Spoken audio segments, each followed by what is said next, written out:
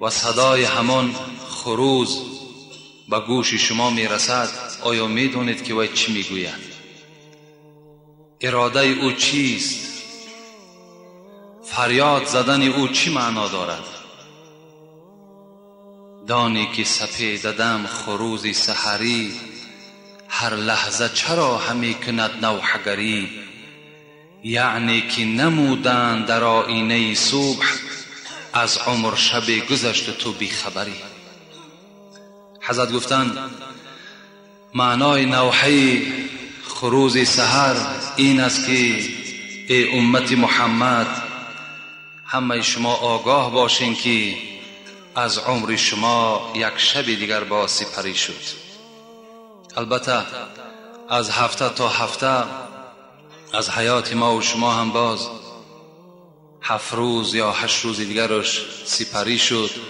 معنای این را دارد که ما و شما باز یک هفته به سوی اجل خود نزدیک شدیم.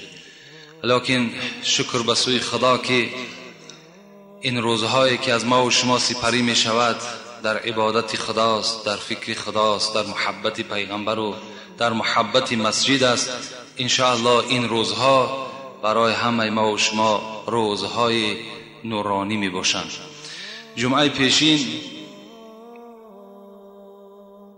مهمانها را ما و شما گسیل کردیم و از صحبت اونها، از آواز شیرین اونها ما و شما لذت بردیم و امروز وعده کردیم که از بس که بی نهایت سوالهای زیاده که یک قسمش نزد من هست و شما جواب میگویم، باز از این دم دیده زیادتر در خانه منتظر جواب هستند و بعضی سوالهای هستند که اونها را ما جواب نمیگیم. وقتی که کدام شما سوال شما جوابش نیافت، میتونین که مراجعت کنین و سبب جواب نگفتنش را به شما البته میفهمانم. زیرا بعضی سوالهای هست که البته اون هم خلل پذیر مسجد است، هم خلل پذیر در حق ماست.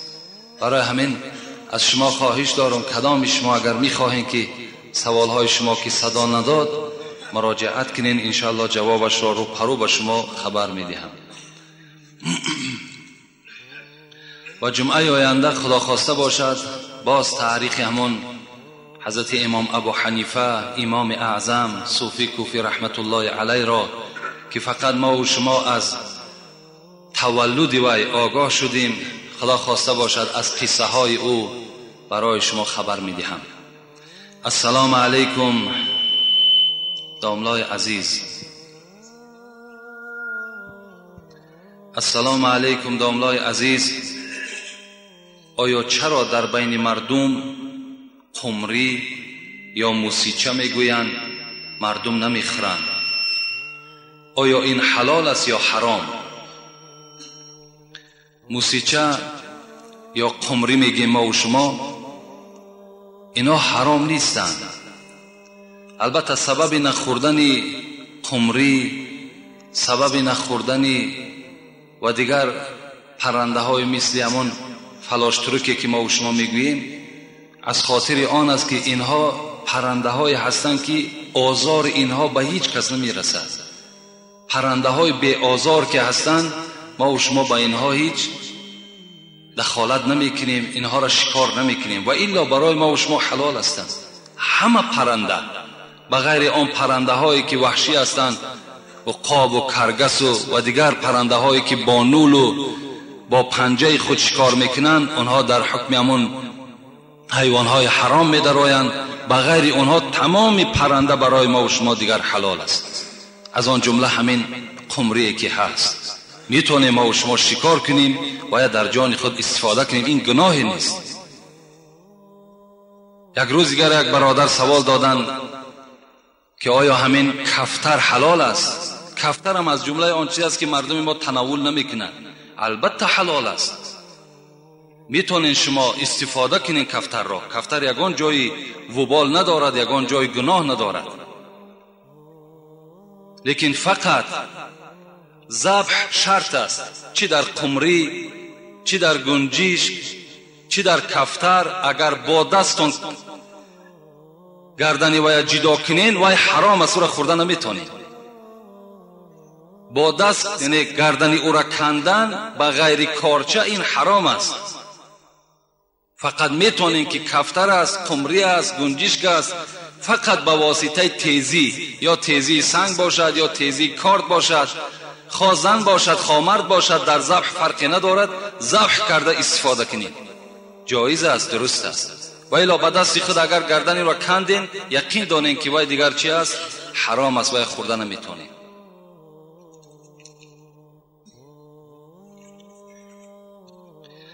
السلام علیکم داملای شیرین سخن. ما یک گروه مخلصان دائمی شما می باشیم. می خواهیم که با این سوال ما با پررگی جواب گردانید. در مسجد محله ما جوانان زیاد ذکر خدا را به جا می آورند و در مسجد گپ دنیایی را بسیار می گویند. می دانند که در مسجد گپ دنیا گناه است، اهمیت نمی دهند.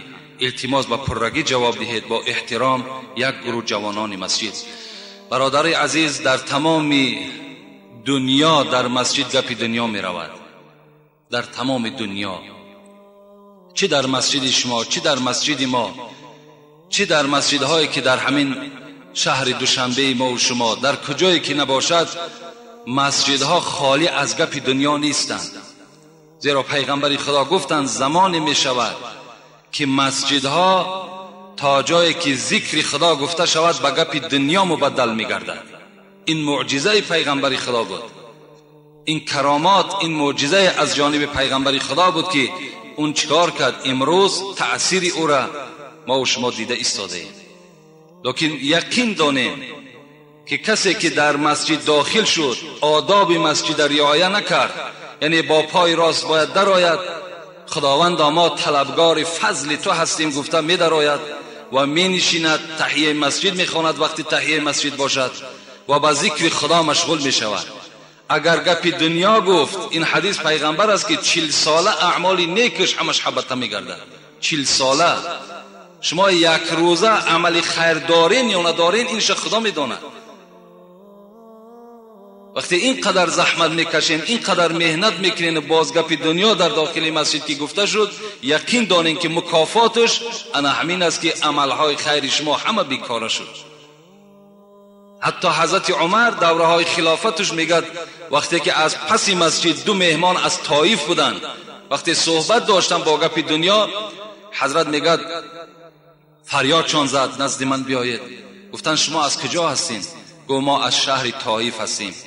گفتن قسم به خدا اگر شما مهمان هستین و احترام دارین و الا مهمان نمیشدین، چنان آواز شما را میبرآوردم که تمام مدینه میشنید. شما حق ندارین که در مسجد گپ زنید. امروز گپ زدن در مسجد عیب همون اساسش عیب همون پیشوایی هست که در همون مسجد امام خطیبی دارد. وقتی داخل مسجد شد، امام خطیب یک ساعت معین کند که مردم فقط به گپ خدا و با گپ پیغمبرش آموخت کند، صحبت‌های مثال کتابی رود. انشاءالله این صحبت‌های دنیای از بین گم می‌شود.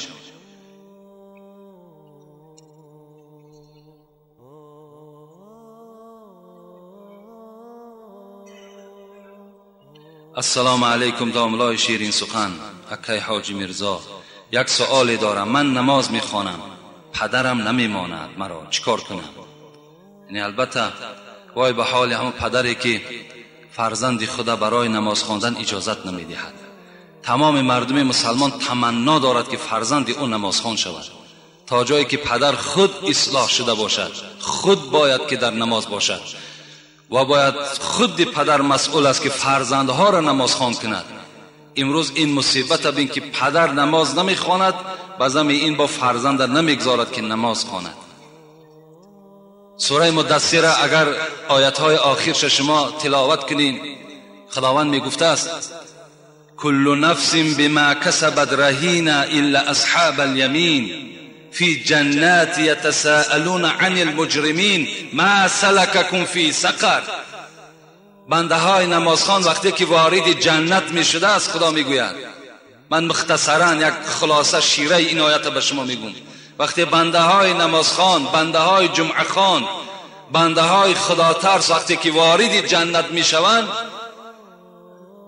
یتساءلون عن المجرمین، از این پدر بینماز می پرسید از همون بچه نمازخوان ما سلککم فی سقر، پدر چرا تو وارد دوزخ شدی؟ گناهکارها را می پرسیدند، جنتی ها با یکدیگر ملاقات می کردند چرا تو وارد دوزخ شدی؟ آنها چی می گفتند؟ قالوا لم نکو من المصلین، ای وای به حال ما که ما از جمله بندگانی بودیم که در دنیا نماز نمی خواندیم. لم نکو من المصلین، ما از همون طایفه بودیم که در دنیا نامان مسلمان بود، بچه ما نماز میخواند، مادر ما نماز میخواند، لکن خودمان خدا زده بود و از این نماز دور بودیم. فکر میکردیم که بی نماز مسلمان است، لیکن امروز خداوند با سبب این بی نمازی ما را وارد دوزخ کرده است، دیگر از اینجا خلاصی برای ما نیست.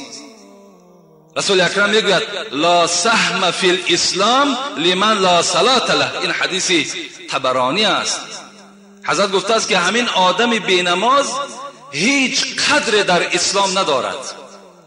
لا سهم فی الاسلام، بی قدرترین، پلیدترین، افلاسترین بنده در روی دنیا کسی است که لا صلاة له، کسی از نماز ندارد. گفتم پیغمبر العهد الذي بیننا و بینکم الصلاة فمن ترکها فقد کفر، این حدیث پیغمبری خداست.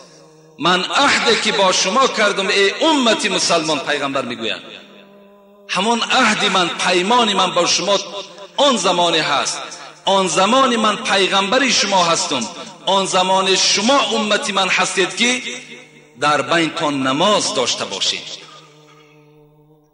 فمن ترکها فقد کفر، کسی که نماز ترک کرد، گفت پیغمبر عهد و پیمان برید و اسلام ندارد و مسلمان نیست. این حدیث پیغمبر شماست. در باب تاریک الصلاة در کتاب مکاشفة القلوب امام غزالی وارد شده است. شیطان که رانده گشت به جز یک خطا نکرد. حضرت حافظ شیطان که رانده گشت به جز یک خطا نکرد، خود را برای سجده آدم رضا نکرد. همین شیطان رانده شدنش از درگاه پروردگار به چی خاطر بود؟